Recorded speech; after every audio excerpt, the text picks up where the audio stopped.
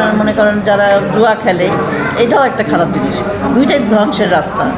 এই ধ্বংসের রাস্তাগুলো যদি মানে ঠিক করা যায়, তাহলে মনে করেন বাংলাদেশটা এই নেশামুক্ত এবং জুয়ামুক্ত হবে। কিন্তু এটা করা সম্ভব কিনা আমি জানি না, এটা কোনোভাবেই সম্ভব না। এইখানকার যদি মানুষগুলো সচেতন হয়, তাহলে দেশটাও সব কিছু ঠিক হয়ে যাবে আর কি, এটা আমার বিশ্বাস। কিন্তু দুইটাই খারাপ, এটা আমি মানি। এই যে নাটক বা সিনেমা যেগুলো তৈরি করা হয় অনেকটা বাস্তবতার সাথে মিল রেখে তৈরি করা হয়, ঠিক সেই জায়গা থেকে নাটক সিনেমা থেকে আমাদের সমাজের মানুষকে কিছুটা হলে শিক্ষা নিচ্ছে। অবশ্যই এই সিনেমা নাটক আপনার শিক্ষার জায়গা। এখানে যেটা ভালো জিনিসটা যদি আপনি নিতে পারে তাহলে গুড, আর যদি না নিতে পারে তাহলে ব্যাড। এখানে আপনি কোনটা নেবেন? ভালোটা যদি নেন আপনার ভবিষ্যৎ উজ্জ্বল, আর যদি খারাপটা নেন তাহলে আপনার জীবনটা ধ্বংস। এখানে দুইটা মানে মেসেজ দেওয়া আছে। তো সেটা সিনেমা নাটক থেকেই সব কিছু বাস্তবের থেকেই হয়, বাস্তব থেকেই আমরা সিনেমা নাটক তৈরি হয়। তা আমরা যেটা করি এটা বাস্তব জিনিসটাই করি।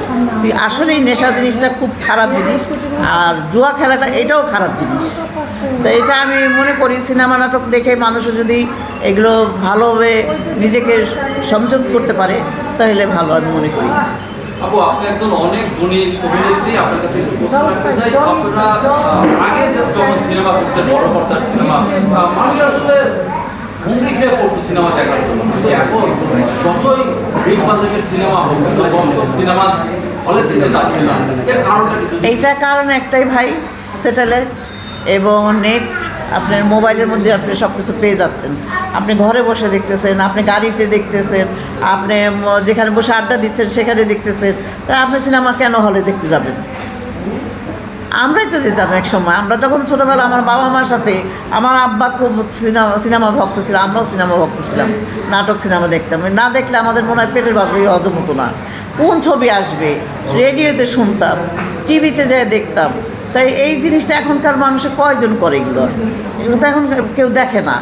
আমাদের দেশের লোকগুলো যদি ইন্ডিয়ার মতো হতো, ইন্ডিয়ারা কিন্তু সপ্তাহে একদিন দুই দিন এরা সিনেমা দেখবে, নাটক দেখবে, থিয়েটার দেখবে, এটা তাদের ভিতরে আছে। কিন্তু আমাদের বাংলাদেশে এগুলো নাই এখন।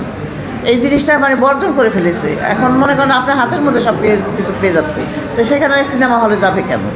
আচ্ছা, এখানে কিন্তু একটা প্রশ্ন এসেই যায় যে ওপার বাংলায়ও কিন্তু মোবাইল আছে, তারপরেও তাদের cinema super bumper super duper hit হচ্ছে। আমাদের দেশে কেন এরকম? আমাদের দেশের মনে করেন আমাদের এখন সিনেমা করতে গেলে সিনেমা ফ্লপ হচ্ছে, বা ভালো যদি একটা সিনেমা করতে যায় তাহলে তো অনেক টাকার দরকার। সেই অনেক টাকা যদি একটা প্রডিউসার লস খেয়ে যায়, তখন কি সে দ্বিতীয়বার ছবি করতে যাবে? যাবে না।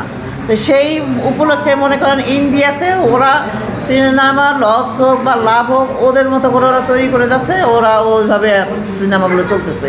আর ওদের দেশের লোকজন মানুষ কিন্তু কম বেশি সিনেমা দেখে, কিন্তু আপনি এটা মিস নেই, কিন্তু এটা আমরা সবাই জানি। কিন্তু আর আমাদের দেশের মানুষরা আমরা একটু মনে করেন একটু আনন্দপ্রিয়, আবার একটু আইসা টাইপেরও। আগের যুগের মানুষের মতো না। এখন বেশি মানে স্যাটেলাইট হওয়াতে আর মোবাইলটা হওয়াতে এগুলো সব মানে নষ্ট হয়ে গেছে, আমি এটা মনে করি। শুরু করি, হ্যাঁ। আমি আসন গ্রহণ করাইয়া আমি স্টার্ট করে দিই। হ্যাঁ।